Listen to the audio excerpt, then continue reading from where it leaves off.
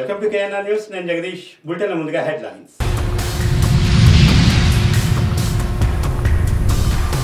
58,000 కోట్ల రూపాయలను వాడుకుంది చంద్రబాబు ప్రభుత్వం. మాజీ మంత్రి బుగ్గన రాజేంద్రనాథ్ రెడ్డి. పార్వతీపురం మన్యం జిల్లాలో విశ్వబ్రాహ్మణ సంఘం కార్యవర్గ సమావేశం. రాష్ట్ర ప్రభుత్వం తమను పట్టించుకోవడం లేదని ఆవేదన.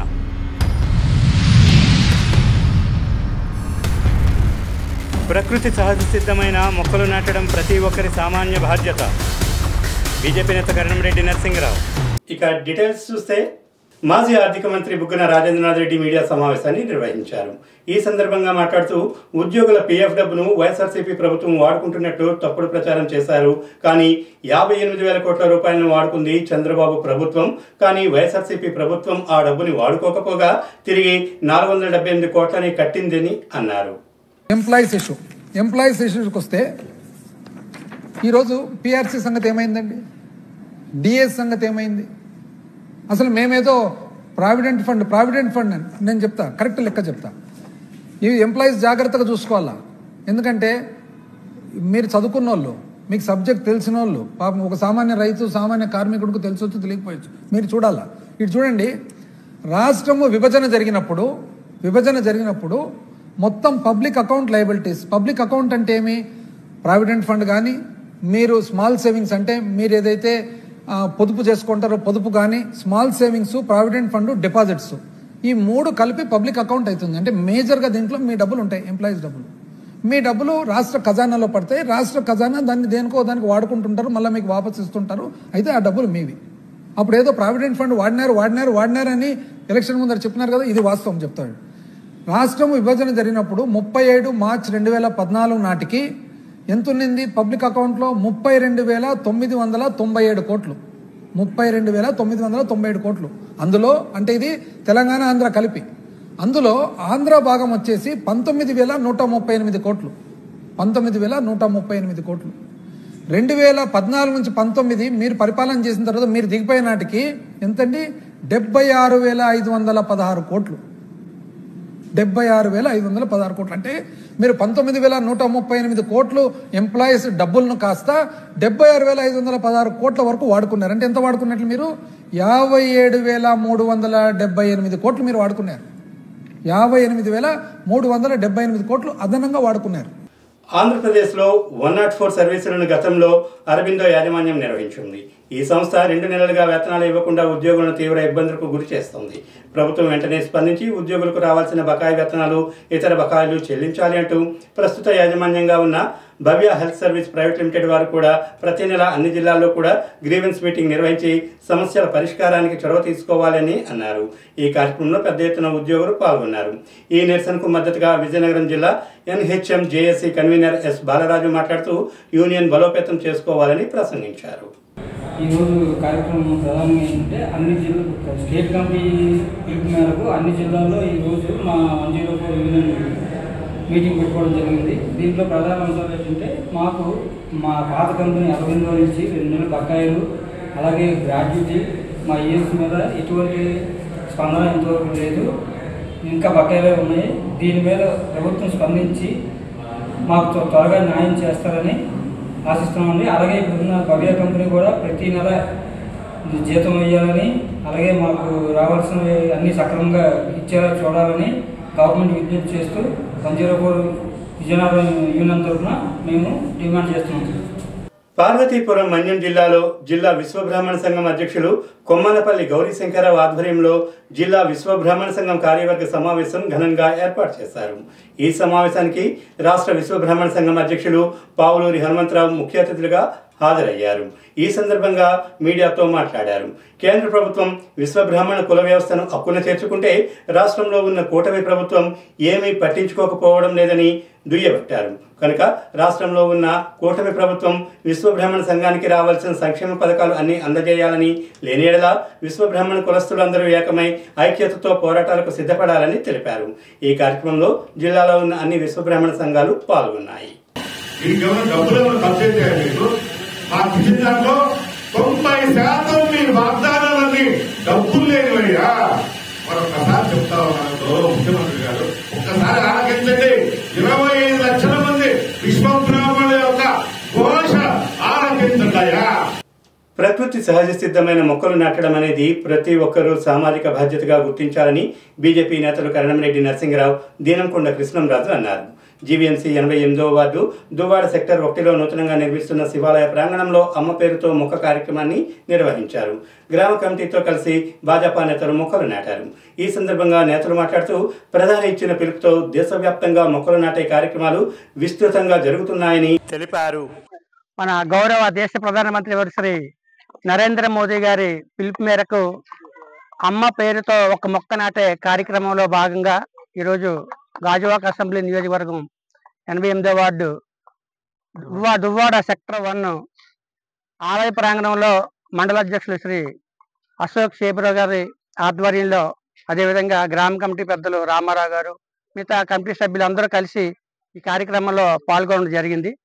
ప్రధానమంత్రి శ్రీ నరేంద్ర మోదీ గారు మరి గతంలోనూ కూడా పర్యావరణ పరిరక్షించాలని చెబుతూ అమ్మ పేరుతో ఒక మొక్క నాటాలి. ఎందుకంటే అమ్మ అంటే మనకి సెంటిమెంట్, మనకి జన్మనిచ్చేది తల్లే కాబట్టి అమ్మ పేరుతో మొక్క నాటితే దాన్ని పరిరక్షించాల్సిన బాధ్యత కూడా మన అందరిపైన ఉంటుంది. మీకు చూస్తున్నాం, ఆలయ ప్రాంగణంలో చాలా చక్కగా ఆక్సిజన్ ఇచ్చే వేప, అదేవిధంగా కాము, నేరేడు ఇలాంటి చెట్లు వేయడం ద్వారా మనకి ఆక్సిజన్ బాగా వస్తుంది. కరోనా సమయంలో ఆక్సిజన్ లేక ఎంతో మంది ప్రాణాలు కోల్పోయారు.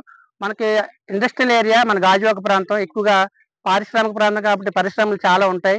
దానివల్ల పొల్యూషన్ విపరీతంగా వస్తుంది. దాన్ని తట్టుకోవాలంటే ఖచ్చితంగా మనం చెట్లు ఎక్కువగా నాటాలి. ఎండాకాలంలో చూసాం 42 నుంచి 46 డిగ్రీల వరకు వేడి చాలా విపరీతంగా ఉంది. అవన్నీ తగ్గాలంటే ఖచ్చితంగా వాతావరణ సమతుల్యత పాటించాలంటే మనం మొక్కలు నాటాల్సిన బాధ్యత మన అందరిపైన ఉంది.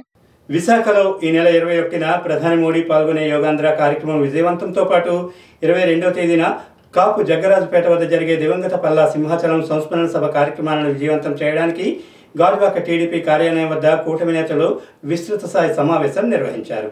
నియోజకవర్గ సమన్వయకర్త ప్రసాదుల శ్రీనివాసరావు అధ్యక్షతన జరిగిన కార్యక్రమంలో డీసీసీబీ చైర్మన్ కోన తాతారావు ముఖ్య అతిథిగా హాజరయ్యారు. ముందుగా సింహాచలం చిత్రపటానికి పూలమాలలు వేసి నివాళులు అర్పించారు.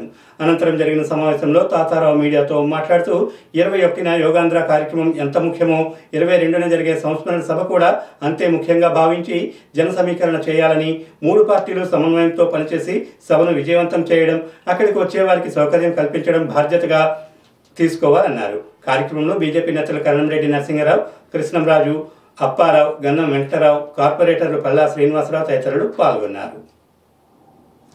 నివాసం ఉండడానికి తనకు హక్కున్నా లేకున్నా కాదు, ముందు మీరు అక్కడ నివసించండి, ప్రభుత్వ స్థలంలో పర్వాలేదని చెప్పి ధైర్యం చెప్పినటువంటి వ్యక్తి. అందుకని ఇవాళ గాజువాకలో ఏ కమ్యూనిటీ ఎక్కువ ఏ కమ్యూనిటీ తక్కువ జనాభాలో మనం చెప్పలేము. మన గాజువాక అనేటువంటిది అన్ని కులాలు మతాలకు అన్నిటికీ ఆవ్యాప్తించి అప్పురాత్మ వచ్చింది.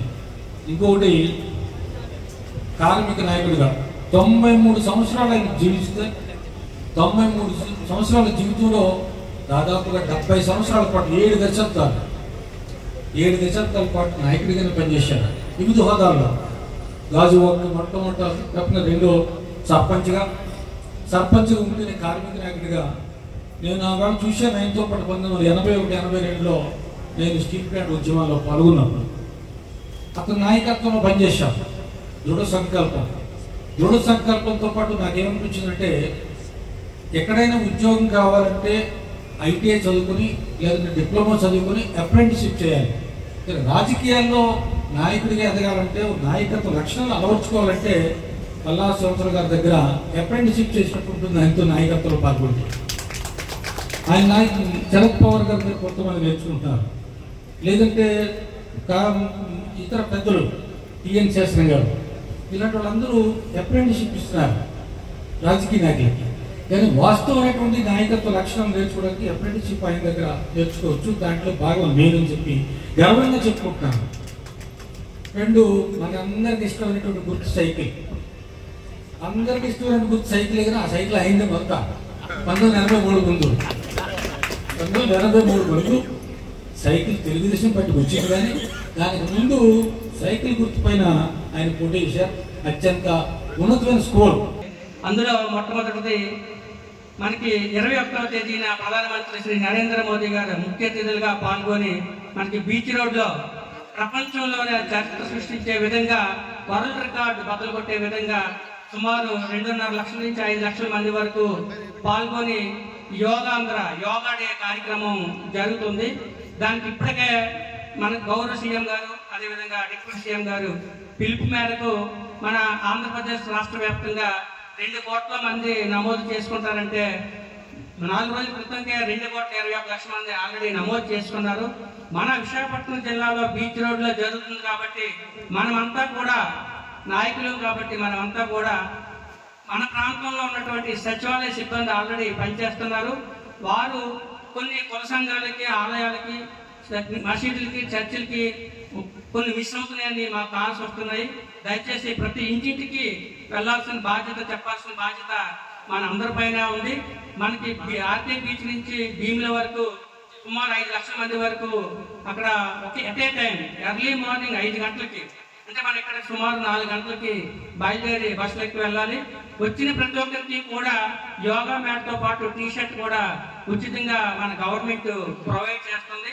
ఇది మనకి ప్రెస్టేజ్ ఇష్యూ కాబట్టి ఆ కార్యక్రమాన్ని మనం అందరం పాల్గొని విజయవంతం చేయాలని కోరుకుంటూ, మరీ ముఖ్యమైన మరో కార్యక్రమం గౌరవనీయులు మన గాజువాక మాజీ సభ్యులు కార్మిక సంఘ నాయకులు శ్రీ పల్లా సింహాచలం గారి సంతాప సభ మనకి కుటుంబ సభ్యులందరూ 21వ తేదీని ఆయన యొక్క పెద్ద కర్మని నిర్వహిస్తారు. కానీ మన గాజువాక ప్రాంతంలో 22వ తేదీని మనమంతా కలిసి, ఎందుకంటే గాజువాకలో ఇప్పటికే మనం 95,235 ఓట్లు మెజార్టీ ఇచ్చి ఆయన వారసైన శ్రీ పల్లా శ్రీనివాసరావు గారిని గెలిపించున్నాం. ఆయనకి మంచి ఫాలోయింగ్ ఉంది, అందరూ వస్తారు. కానీ ఆహ్వానించాల్సిన బాధ్యత మన అందరిపైన ఉంది. ఎందుకంటే పిలవని పేరెంట్స్ వెళ్ళకూడదని కొంతమంది అనుకుంటారు కాబట్టి పిలవాల్సిన బాధ్యత మన అందరిపైన ఉంది. ఇప్పటికే కార్డ్స్ కూడా వచ్చాయి. వెళ్ళేటప్పుడు మనం అంతా ఇన్విటేషన్ కార్డ్స్ పట్టుకు వెళ్ళి ఇంటింటికి వెళ్ళి మనం అందరిని ఆహ్వానించి 50,000కి పైగా మన కార్యకర్తలు కూటమి తరపు నుంచి అందరూ కూడా పాల్గొని ఆ విజయాన్ని, ఆ యొక్క కార్యక్రమాన్ని విజయవంతం చేయాలని, ఆ మహనీయునికి ఘన నివాళులు అర్పించాలని కోరుకుంటున్నాం. ప్రధాని మోడీ సంకల్పించిన వికసిత్ భారత్ లక్ష్యంగా ముందడుగు వేయాలని గాజువాక బీజేపీ నేత కరణంరెడ్డి నరసింహరావు అన్నారు. జీవీఎంసీ 72వ వార్డు చినగంట్యాడలో ఏర్పాటు చేసిన సభలో ఆయన ప్రసంగించారు. మోడీ ఆశయ సాధనకు ప్రతి ఒక్కరూ కృషి చేయాలని కోరారు. 11 ఏళ్లుగా ప్రధానిగా కొనసాగుతున్న మోడీ తీసుకొచ్చిన అనేక సంస్కరణలు దేశాభివృద్ధికి ఎంతగానో తోడ్పడ్డాయని చెప్పారు. సిరసపల్లి నూకరాజు అధ్యక్షతన జరిగిన కార్యక్రమంలో నియోజకవర్గ ఇన్ఛార్జ్ పొలిమేర శ్రీనివాస్, ఇన్ఛార్జ్ కన్వీనర్ దీనంకొండ కృష్ణంరాజు, బొండా ఎల్లాజీరావు, రోహిణి, జీలకర్ర భువనేశ్వరి, తులసీదాస్ తదితరులు పాల్గొన్నారు. దీని యొక్క ముఖ్య ఉద్దేశం ఏంటంటే ప్రధానమంత్రి శ్రీ నరేంద్ర మోదీ గారు ఎన్నో సంక్షేమ పథకాలు పెట్టారు. అవన్నీ కూడా మన వరకు రావడం లేదు. ఇందాక ఒక మహిళ అక్కడ మాట్లాడడం చూశాను. ఎవరికో బాగలేదట, కొన్ని లక్షలు బిల్లు అయిందంట. మీరు ఇప్పుడు నూకరాజు గారికి ఇవ్వండి ఆ వివరాలన్నీ కూడా. మీకు అందులో 30% నుంచి 50% వరకు సీఎం రిలీఫ్ ఫండ్ నుంచి మేము ఇప్పిస్తాం. ఎవరికైనా ఆయుష్మాన్ భారత్ కార్డు లేకపోతే 5 లక్షల రూపాయల వరకు మీకు ఉచితంగా కార్డు కూడా చేయించి ఇవ్వడం జరుగుతుంది. ఇలాంటి పథకాలు చాలా ఉన్నాయి. అవన్నీ కూడా మీకు పెద్దలందరూ మాట్లాడుతూ తెలియజేస్తారు. మరి తక్కువ సమయంలో నూకరాజు గారు వర్షం పడినా సరే అందరికీ కూడా ఫోన్లు చేసి ఈ కార్యక్రమాన్ని విజయవంతం అవ్వడానికి కృషి చేసినందుకు, మరి మా ఈ యొక్క నియోజకవర్గానికి ఇన్ఛార్జిగా మా జిల్లా ప్రధాన కార్యదర్శి శ్రీ పొలిమేర శ్రీనివాసరావు గారు ఈ కార్యక్రమానికి ముఖ్య అతిథులుగా ఇచ్చేసినందుకు, ముఖ్యంగా ఈ 2 నెలల్లో మాకు ఎన్నో కార్యక్రమాలు ఇచ్చారు. దానికి ఇన్ఛార్జీలుగా, కన్వీనర్లుగా పెద్దలు శ్రీ దీనంకొండ కృష్ణరాజు గారు, అదేవిధంగా శ్రీమతి భువనేశ్వరి దేవి గారు, జిల్లా కార్యదర్శి గారు, ఈ మండలానికి ఇన్ఛార్జి గారు, మంచి వక్త, మంచి లీడర్, ఈయన యూనియన్ లీడర్ కూడా పెద్దలు శ్రీ బొండా ఎల్లాజీరావు గారికి, ఉపాధ్యక్షులుగా మనమన్ గారు, అందరికీ ధన్యవాదాలు తెలియజేసుకుంటూ సెలవు తీసుకుంటాం. మన ప్రీతమ భారత ప్రధాని శ్రీ నరేంద్ర మోడీ గారు ప్రధానమంత్రిగా 11 సంవత్సరాలు పూర్తి చేసుకున్న తరుణంలో యావత్ భారతదేశం అలాంటి గొప్ప నాయకుడు మనకి దొరకడం మన అదృష్టంగా భావించి ప్రపంచ దేశాలు కూడా ఆశ్చర్యపోయే ఈ తరుణంలో భారతదేశ ఆర్థిక స్థితిగతిని కూడా ఎంతో ఉన్నత స్థాయికి తీసుకెళ్లిన ప్రధానమంత్రి గారు చేసిన సేవలు భారతదేశంలో ప్రతి ప్రజలకి తెలియాల్సిన అవసరం ఉంది. ప్రతి ఒక్కరూ ఈ రోజు సెలబ్రేట్ చేసుకొని ఒక పండుగ చేసుకోవాల్సిన అవసరం ఉంది. అలాంటి ప్రధానమంత్రి గారికి ఈ 11 సంవత్సరాలు సుపరిపాలన పూర్తి అయిన ఈ తరుణంలో దేశవ్యాప్తంగా జరుగుతున్న ఈ కార్యక్రమాల్లో భాగంగా ఈ రోజు చినగంట్యాడ మండలం ఏదైతే ఉందో అది చినగంట్యాడ గ్రామంలోనే చినగంట్యాడ రచ్చబండ దగ్గర కార్యక్రమాన్ని నిర్వహించుకోవడం జరుగుతున్నది. దీనికి అనేక మంది కార్యకర్తలు, నాయకులు అందరూ వచ్చి ఈ కార్యక్రమాన్ని విజయవంతం చేశారు. ఏజెన్సీలో 100% ఉద్యోగాలు గిరిజనులకే చెందాలని జీవో నెంబర్ 3 పైన రాష్ట్ర ప్రభుత్వం గిరిజనులకు ఇచ్చిన హామీలు అమలు చేయాలని, గిరిజనులకు ఉద్యోగ భద్రత కల్పించాలని కోరుతూ ఆదివాసీ గిరిజన సంఘం ఆధ్వర్యంలో పార్వతీపురం మన్యం జిల్లా పాచిపెంట మండలం పెదచీపురు వలస కోస్ట్ వలస జంక్షన్ల వద్ద ఆదివాసీ గిరిజన సంఘం అధ్యక్షులు సిహెచ్ జగన్నాథం, మంచాల గంగరాజు ఆధ్వర్యంలో నిరసన కార్యక్రమం జరిగింది. ఈ కార్యక్రమాన్ని ఉద్దేశించి సిఐటియు నాయకులు కోరాడ ఈశ్వరరావు మీడియాతో మాట్లాడారు. కేంద్ర ప్రభుత్వం గిరిజన చట్టాలను మార్పు చేసి కార్పొరేట్లకు అడవులను, కొండలను, ఖనిజ సంపదను కార్పొరేట్లకు అప్పచెప్తుంటే కూటమి ప్రభుత్వం కేంద్ర బీజేపీ ప్రభుత్వానికి అండగా ఉంటూ గిరిజనులను నిర్వీర్యం చేస్తోందని ఆవేదన వ్యక్తం చేశారు. ఈ కార్యక్రమంలో అధిక సంఖ్యలో గిరిజనులు, యువకులు పాల్గొన్నారు. గిరిజన చట్టాలు కాపాడాలి, గిరిజన చట్టాలు కాపాడాలి, చట్టం సక్రమంగా అమలు చేయాలి, చట్టం సక్రమంగా అమలు చేయాలి, చట్టాన్ని సక్రమంగా అమలు చేయాలి. ఈ రోజు ప్రత్యేకించి గిరిజన చట్టాలని కూడా నిర్వీర్యం చేసే విధంగా ఈరోజు కేంద్ర రాష్ట్ర ప్రభుత్వాలు వ్యవహరించడం దుర్మార్గం. 100% గిరిజన ప్రాంతంలో ఉద్యోగ అవకాశాలు కల్పించాలి. ఇటువంటి పరిస్థితుల్లో జీవో నెంబర్ 3ని మరి రద్దు చేయడం చాలా దుర్మార్గం. జీవో నెంబరు యథాతథంగా కొనసాగించి 100% గిరిజనులందరికీ కూడా ఉద్యోగ భద్రత కల్పించే విధంగా ప్రభుత్వాలు చర్యలు తీసుకోవాలని కోరుతున్నాం. ఈరోజు అంతేకాకుండా మెగా డిఎస్సి అనేది ఈరోజు పెట్టారు. ఇది మేము తీవ్రంగా ఖండిస్తున్నాం. ఈరోజు గిరిజనులు వాళ్ళతో పోటీ పడలేరు. ఇటువంటి పరిస్థితుల్లో గిరిజన చట్టాన్ని సక్రమంగా అమలు చేయాలంటే మెగా డిఎస్సి నుంచి గిరిజనులు తొలగించాలి. 100% ఉద్యోగ అవకాశాలు కల్పించాలి. 106% ఉద్యోగాలు ఐటీడీఏలో ఉన్నటువంటి చాలా దారుణమైన పరిస్థితి.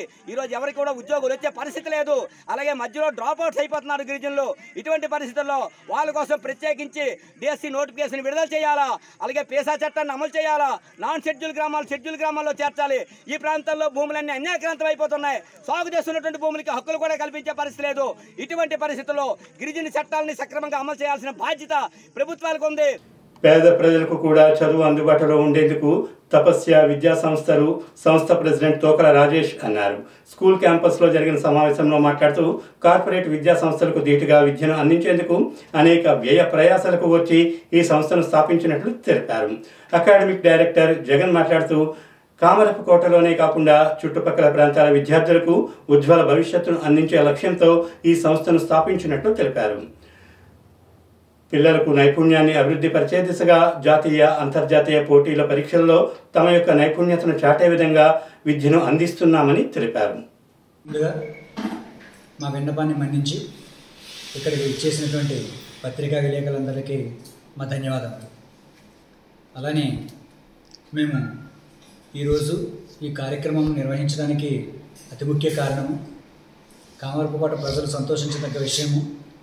కామరపుకోట పిల్లల భవిష్యత్తు, చుట్టుపక్కల ప్రాంతాల్లో ఉన్న పిల్లల భవిష్యత్తు ఏదైతే ఉందో ఆ భవిష్యత్తుని అత్యద్భుతంగా తీర్చిదిద్దడానికి మేము ఈరోజు కంకణం కట్టుకోవడం జరిగింది. ఆ మాటల రూపం నుంచి చేతల రూపంలోకి మార్చడానికి ధీటుగా తపస్య విద్యా సంస్థలు, తపస్య గ్లోబల్ స్కూల్ మరియు తపస్య జూనియర్ కాలేజ్, నర్సరీ నుంచి ఇంటర్మీడియట్ వరకు పిల్లలకందరికీ సదుద్దేశమైన, అద్భుతమైన, మంచి నాణ్యమైన విద్యను అందించాలనే సదుద్దేశంతో ఈరోజు తపస్య విద్యా సంస్థలను కామరపుకోటలో స్థాపించడం జరిగింది.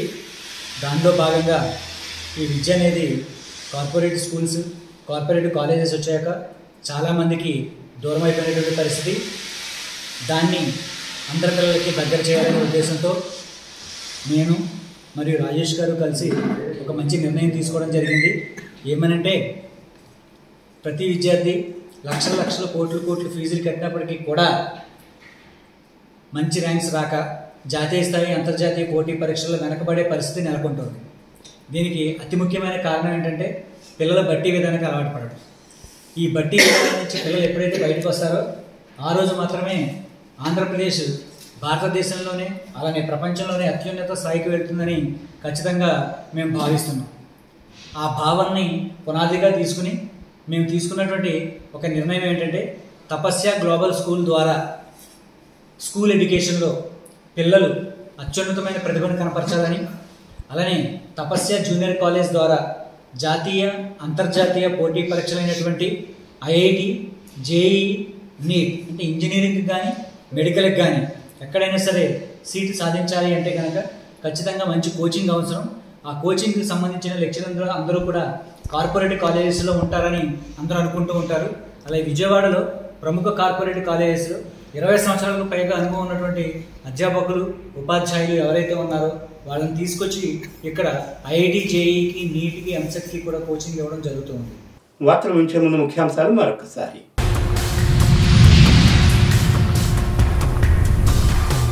58,000 కోట్ల రూపాయలను వాడుకుంది చంద్రబాబు ప్రభుత్వం. మాజీ మంత్రి బుగ్గన రాజేంద్రనాథ్ రెడ్డి. పార్వతీపురం మన్యం జిల్లాలో విశ్వబ్రాహ్మణ సంఘం కార్యవర్గ సమావేశం. రాష్ట్ర ప్రభుత్వం తమను పట్టించుకోవడం లేదని ఆవేదన.